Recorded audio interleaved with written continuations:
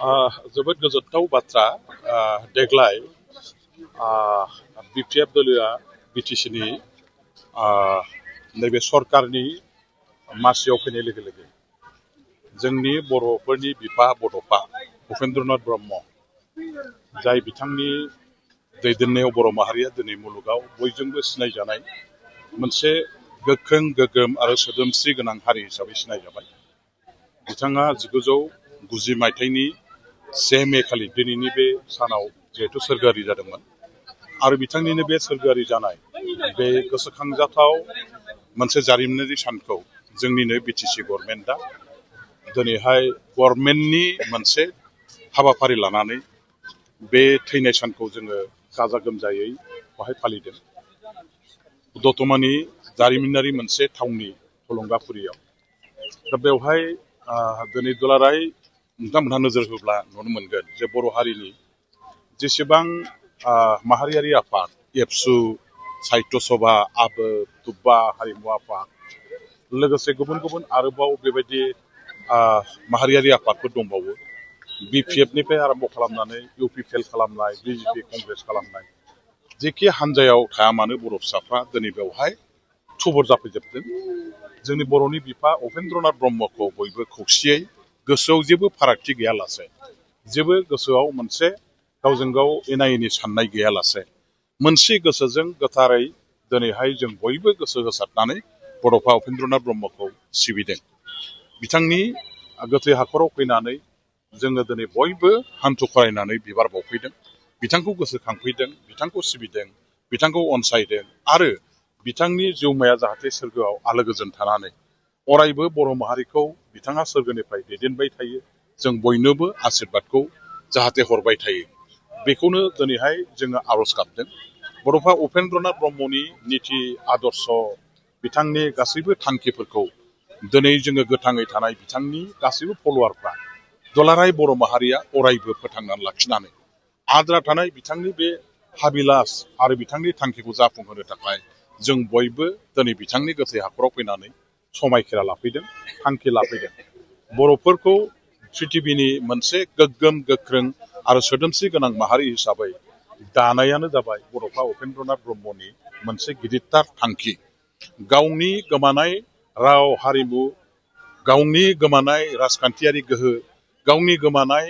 जोंनि नैबे हादाबखौ सोरजिफिननानै बेवहाय बर'फ्रा हारि हिसाबै गोहोगोरा मोनसे खुंगिरि हारि हिसाबै प्रिथिबियाव बयजोंबो सिनायजाहोनो थाखाय बिथाङा मोनसे मुलुगखौ सोगोमसार होनो हानाय गिख्रंथाव मुलुगनि मानसिजों गिख्रंथाव होननानै मोनसे सानजानाय बेबायदि मोनसे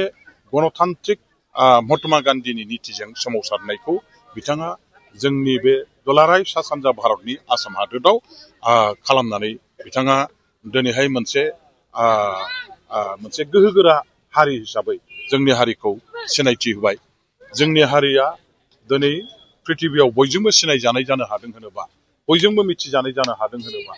बर'फोरखौ दिनै बयबो जुदि मान होदों, मर्यादा होदों, सनमान होदों होनोब्ला बड'फा उपेन्द्रनाथ ब्रह्मनि बिथांनि गासैबो दैदेननाय आरो बिथांनि जुरिजेननाय बे गिलुखलु मोनसे मुलुगखौ सोमावनो हानाय, सिगिनो हानाय जे सोमावसारनाय गणतान्त्रिक लामायानो बयनिख्रुइबो देरसिन लामा, अराय गोजोर लामा आरो बेनि गेजेरजों सुबुंनि सोमावसारनायखौ जुदि दैदेनोब्ला बेवहाय खुंगिरि भारत सरकार, आसाम सरकारा मानिनानै लानो गोनां, मानिनानै लानो बाध्य आरो बेनिनो मोनसे गोहोजों दिनैहाय जोङो बड'फा उपेन्द्रनाथ ब्रह्मनिनो बे मोन्थोरजों सोमावसारै सारै आवगायबोनायनि थाखायनो दिनै भारत गभर्नमेन्टआ, आसाम गभर्नमेन्टआ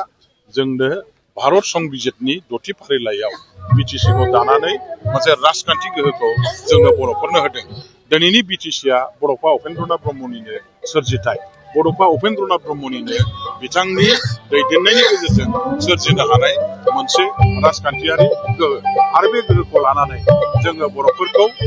प्रिथिबियाव बिथांनि बिथोन बायदियै मोनसे सोदोमस्रि गोनां गोहोगोरा जाथि हिसाबै सिनायथि होनो थाखाय, गायसननो थाखाय जों अरायबो खामानि मावगोन। बड'लेण्ड ओनसोलाव थानाय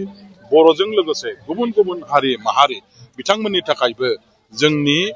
बर' दैदेनगिरि बा बिटिसि सरकारा बड'फा उपेन्द्रनाथ ब्रह्मनि जे लिभ एन्ड लेट लिभ जे मोनसे निति, नोंबो थां आरो गुबुनखौबो थांनो होनायनि जे मोनसे निति, बे नितिखौ लानानै जों अरायबो खामानि मावबाय थागोन। बड'फा उपेन्द्रनाथ ब्रह्मआ दिनै आस'खान्दा जोंनि गेजेरनिफ्राय गोमानानै थांनायाव बर' हारिनि थाखाय बुंस'नो हायै, सानथ्र' खहा जादों। बर' हारिया मोनसे समाव गावखौनो जोबस्रांनाय बेबायदि मोनसे थासारियाव गोग्लैनांनाय हारि हिसाबै साननो गोनां जानाय मोनसे अबस्था फैदोंमोन। दा अब्लाबो जोङो जिहेतु बड'फा उपेन्द्रनाथ ब्रह्मनि थांखि निति आदर्शखौ लानानै खामानि मावदों, बिथांनि बाणीखौ लानानै जों जिहेतु खामानि मावदों, बे हिसाबै जोङो आवगायनानै खामानि मावनायाव दिनैहाय जाफुंसार जानो हादों। आरो बिथांनि बे आशीर्बाद, बिथांनि बे हारिनि पक्षे जे मोनसे अनसायनाय जेरावखि थाया मानो जोंखौ जेब्लाबो बिथाङा नायहरबाय थागोन, बिथाङा जेब्लाबो जोंखौ रैखाथि होगोन। बेखौ जों दिनैनि बे बिथांनि सोरगोआरि जानाय नैबे समावहाय जों बिथांनि फारसे आर'ज गाबगोन, इसोरनि फारसे आर'ज गाबगोन, जाहाथे जों हारिखौ खौसे खालामनानै इउनाइटेड बर' कमिउनिटि हिसाबै जों आरोबाव गायसनफिननो हायो। थेर बेथेर जानाय, गावसार गावसि जानाय बर' हारिफोरखौ जोङो जेब्लाबो बड'फा उपेन्द्रनाथ ब्रह्मआ जेरै बुंदोंमोन, बुहुमनि बर' फिसाफोर खौसे जा, बड'स अफ दि वर्ल्ड इउनाइट, बिथांनि बे मोनसे जे मुल मोन्थोर, बे मुल मोन्थोरखौ लानानै जों जेब्लाबो खामानि मावगोन आरो मोनसे समाव निस्सय बे जाफुंसार जानो हागोन। आंहा बेनि सायाव फोथायनाय दं। सार, दिनै जे बड'फा उपेन्द्रनाथ ब्रह्मनि थैनाय सान, बे थैनाय सानावहाय रायजो राजाफोरखौहाय मा खावलायनो सानो सार? आङो दुलाराय बर' हारिखौ, जोंनि मोनफ्रोमबो बर'फोरनि माहारियारि आफाद बिथांमोनखौ जोंनि बड'फा उपेन्द्रनाथ ब्रह्मनि मोनसे जे थांखि, हारि दानायनि गिदिरथार जे थांखि, आरो बे थांखिखौ हमथानानै दोननो थाखाय जे मोनसे निति आदर्श बिथाङा जोंनो होलांबाय, जे मोन्थोर आरो बाणीखौ जोंनो होलांबाय, बेखौ लानानै जोङो जोंनि हारिनि गेजेराव खौसेयै आवगायलांनानै अरायबो खामानि मावनो, अरायबो नारा नाथा नाजानो थाखाय जों जाहाथे बयबो अरायबो साखाफारा जायो, अरायबो खौसेयै आवगायो। आङो बुहुमाव बर'फोरखौ गोहो-गोरा हारि हिसाबै गायसननायनि जे मोनसे बिथांनि जुरिजेननाय हाबा, बेखौ जोबजासिम जाफुङागौमानि खौसेयै जाहाथे मावलांबाय थानो हायो। बेनि थाखाय खौसेयै जोङो गासैबो जोंनि गेजेराव फारागथिफोर, एना एनिफोर, साननायाव माखासे गोरोबलायै दंब्लाबो दिनैनि बे समावहाय जों गासैखौबो गारजोबनानै खौसेयाव आवगायनायनि थाखाय, खौसेयै जोङो मावलांनायनि थाखाय गोदान मोनसे थांखि आरो मिजिंजों समायखिरा लानानै जाहाथे आवगायलाङो। बेनि थाखाय आं दुलाराय बर' फिसाफोरखौ खावलायहरनाय जाबाय, बर'नि दैदेनगिरि आफादफोरखौ खावलायहरनाय जाबाय।